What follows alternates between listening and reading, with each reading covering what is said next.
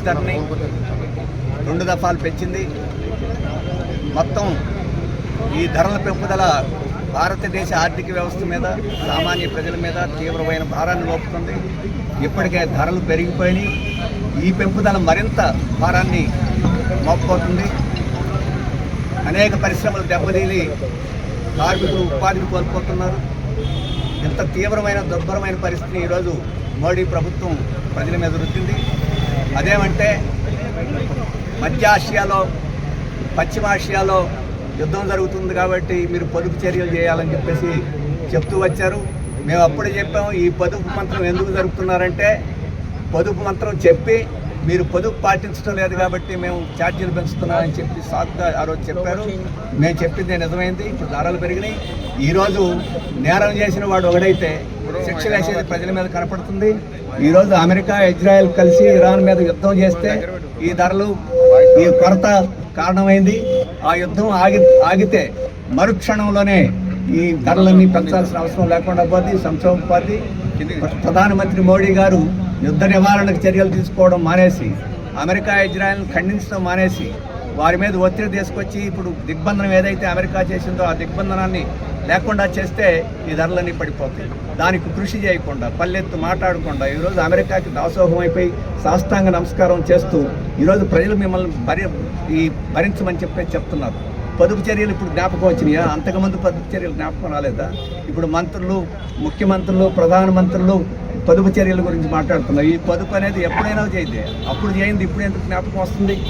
అలాగే ఈరోజు ఎరువులు దొరకవు, అలాగే డీజిల్ దొరకదు, గ్యాస్ దొరకదు. మీరు కొత్త పద్ధతులను అనుసరించండి, వర్క్ ఫర్ హోమ్ చేయండి, అలాగే యూరియా మానేసేయండి, విదేశీ ప్రయాణాలు మానేసేయండి, బంగారం కొనకుండా మానేసేయండి అని చెప్పంటున్నారు.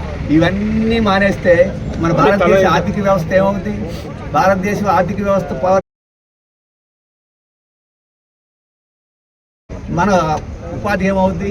ఒకవైపు చేయండి అంటున్నారు, ఇప్పుడు ఉత్పత్తికి ఆటంకమయ్యే సలహాలు ఇస్తున్నారు.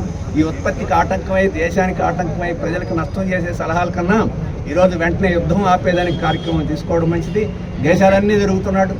ఈరోజు శాంతి కోసం దేశాలు తిరగడంలో, ఈరోజు యుద్ధంలో ఎవరైతే పార్టిసిపేట్ చేస్తున్నారో వాళ్ళకి మద్దతు ఇస్తానికి దేశాలు తిరుగుతున్నట్టు కనపడుతుంది. యుద్ధం ప్రారంభించే ముందు రోజు ఇజ్రాయెల్ వేశారు కాబట్టి ఆ దాడికి మన యొక్క ఆశీర్వాదం ఉన్నట్టుగా ఈరోజు ప్రజలు భావించే పరిస్థితి. ఈ వినాశకరమైన పద్ధతిని మానేయండి. వెంటనే మన భారతదేశం యొక్క శక్తియుక్తులన్నింటినీ ఉపయోగించి 140 కోట్ల దేశానికి కలిగిన పలుకుబండిని ఉపయోగించి అమెరికా మీద ఒత్తిడి తీసుకొచ్చి ఈరోజు ఆ సముద్రం మీద ఓడలు రాకపోకలు నిరోధించే దిగ్బంధనాన్ని వెంటనే విరమణ చేయాలని చెప్పేసి, దానికోసం కృషి చేయాలని చెప్పేసి మేము కోరుతున్నాం. ఈరోజు ప్రజలకు శిక్ష వేయడం నేరం. ఈరోజు తప్పు చేసిన వాడు ట్రంప్, అమెరికా, ఇజ్రాయెల్ అయినప్పుడు వాళ్ళని ఖండించి వాళ్ళ మీద పోరాటం ద్వారా ఈ సమస్యను పరిష్కరించేదానికి కూరుకోవాలని మేము కేంద్ర ప్రభుత్వాన్ని డిమాండ్ చేస్తున్నాం. బీజేపీ పెట్రోల్, డీజిల్ ఛార్జీలను 3 రూపాయల చొప్పున పెంచింది. అంతకుముందు గ్యాస్ ధరలు పెంచింది. ఇప్పటికే ధరలు విపరీతంగా పెరిగిపోవడం వల్ల హాస్టళ్లు మూతపడ్డాయి, హోటల్స్లో ధరలు పెంచారు. అట్లాగే ప్రయాణ సౌకర్యాలకు సంబంధించినటువంటి ధరలు పెరిగినాయి. ఇప్పుడు పెట్రోల్, డీజిల్ ధరలు కూడా పెరిగిన తర్వాత సామాన్యమైనటువంటి ప్రజలకు తీవ్రమైనటువంటి ఇబ్బందులు జరుగుతాయి. అందుకే పెంచినటువంటి ధరలంతా కూడా తగ్గించాలని చెప్పి సిపిఎం పార్టీ అఖిల భారత కమిటీ ఈరోజు దేశవ్యాప్తంగా నిరసనలకు పిలుపునిచ్చింది. అందులో భాగంగా ఈరోజు హైదరాబాద్లో ఈ నిరసన కార్యక్రమాన్ని నిర్వహిస్తున్నాం. ఇప్పటికైనా కేంద్ర ప్రభుత్వం వెంటనే పెంచినటువంటి పెట్రోల్, డీజిల్ ఛార్జీలను ఉపసంహరించుకోవాలని చెప్పి డిమాండ్ చేస్తున్నాం. ఒకవైపు మోడీ మొత్తం ప్రజా సమస్యలను పరిష్కరించడంలో పూర్తిగా విఫలమవ్వడమే కాకుండా ఈ ధరలు పెంచడంతో పాటు అన్ని ప్రజలకంతా కూడా ఉచిత సలహాలు ఇస్తున్నాడు. మీరు మెట్రోలో పోవాలని చెప్పి అంటున్నాడు, నడిచిపోవాలంటున్నాడు. ఇక రాను రాను మీరు తినడం కూడా మానేయాలని చెప్పేటటువంటి ధోరణి మోడీలో కనబడుతుంది. మొత్తం ప్రజా వ్యతిరేకమైనటువంటి విధానాలతో పరిపాలిస్తున్నటువంటి బీజేపీ విధానాలకు వ్యతిరేకంగా ప్రజలంతా కూడా పెద్ద ఎత్తున ఆందోళన, పోరాటాల్లోకి రావాలని, తగిన గుణపాఠం చెప్పేటట్టుగా ప్రజలు కదిలితేనే ఈ కేంద్ర ప్రభుత్వం ప్రజా వ్యతిరేక విధానాల్ని ఉపసంహరించుకుంటుంది. అందుకే ప్రజలు ఆ రూపంలో ముందుకు రావాలని చెప్పి సిపిఎం పార్టీగా కోరుతున్నాం.